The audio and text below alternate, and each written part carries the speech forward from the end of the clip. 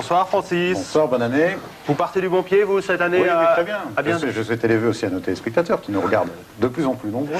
Vous faites ça très bien. Alors dites-moi, on m'a raconté un truc dingue. Dites-moi. On m'a dit que sous l'eau, on se déplaçait. Bah oui, voyage. Donc je vais vous parler de transport. Pas de transport amoureux, de transport sous-marin. Encore qu'on peut tomber amoureux de ce genre de transport, comme vous allez le voir. Je vous ai amené quelque chose qui va vous intéresser. On va partir tout de suite en Espagne pour assister au test en vraie grandeur d'un sous-marin humide. Voilà le sous-marin qui a été inventé par un Français qui s'appelle Daniel Acarias. C'est un modèle unique au monde qui est encore à l'état de prototype. C'est une coque en polyester, le tout pèse 400 kg.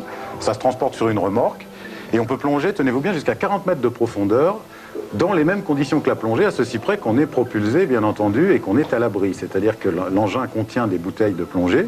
On peut le poser sur le fond, faire une petite balade, revenir. On peut même s'en servir pour renflouer des épaves. Allez, on vous l'a amené, je voulais le montrer dans le studio. C'est chez nous, ça? Bah oui, c'est sur la pelouse parce qu'il n'est pas rentré dans le studio.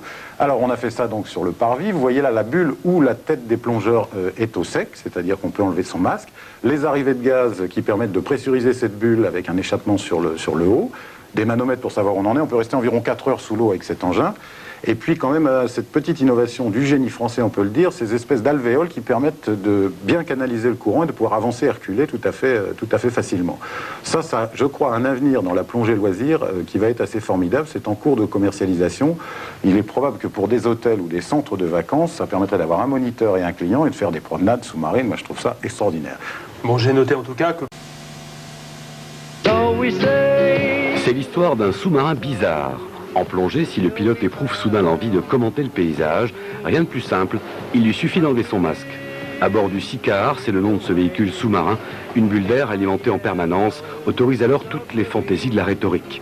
Mais attention qu'on ne s'y trompe pas, ce curieux engin n'a pourtant rien à gadget.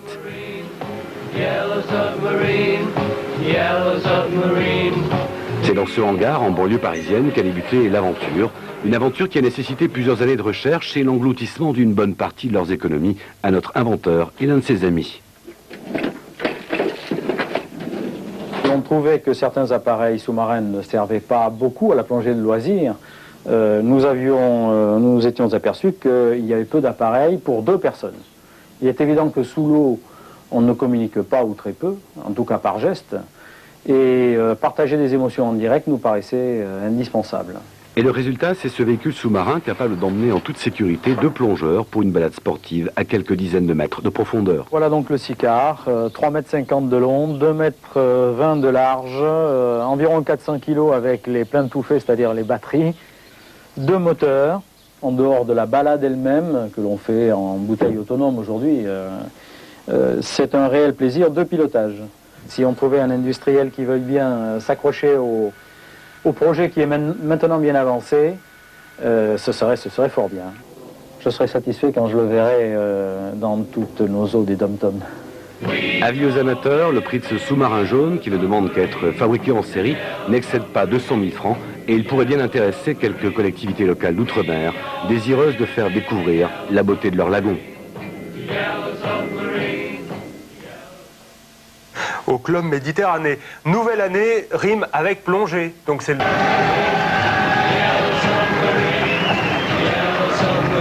Attention, il y a des coraux dessous. Hein. Allez, bien, bien. Nous allons rejoindre... Vous entendez la musique, c'est le sous-marin jaune, non?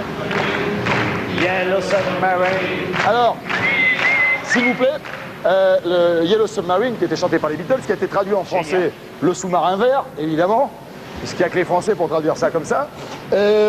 C'est monsieur Alcaraz. C'est bien ça, je ne me suis pas trompé. Vous êtes d'où, monsieur Alcaraz? Je suis de la région parisienne, mais originaire de Narbonne. Ah, de Narbonne. De Narbonne. Alors, on va ouvrir, on va peut-être l'ouvrir un petit peu.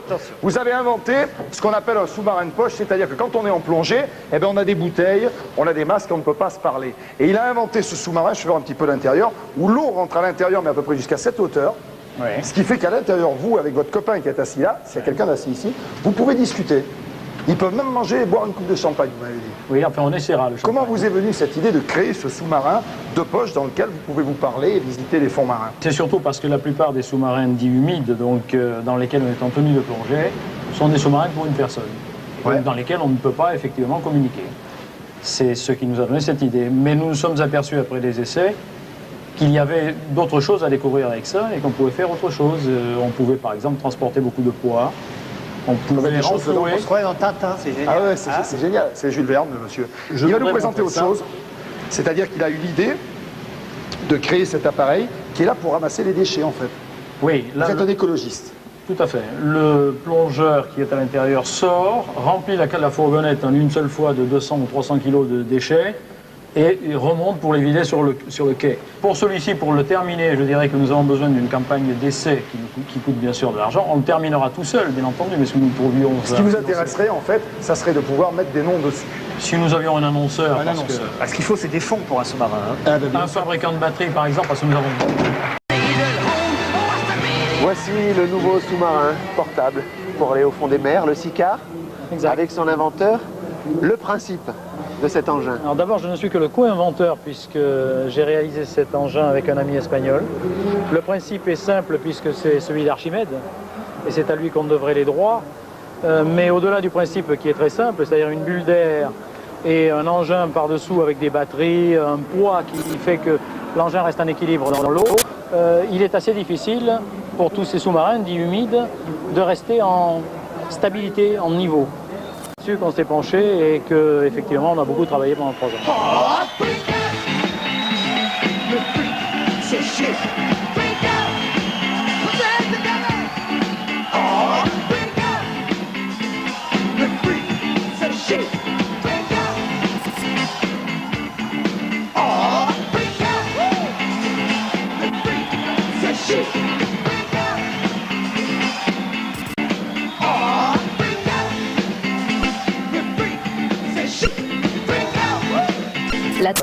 Nessa et Myriam que vous allez applaudir.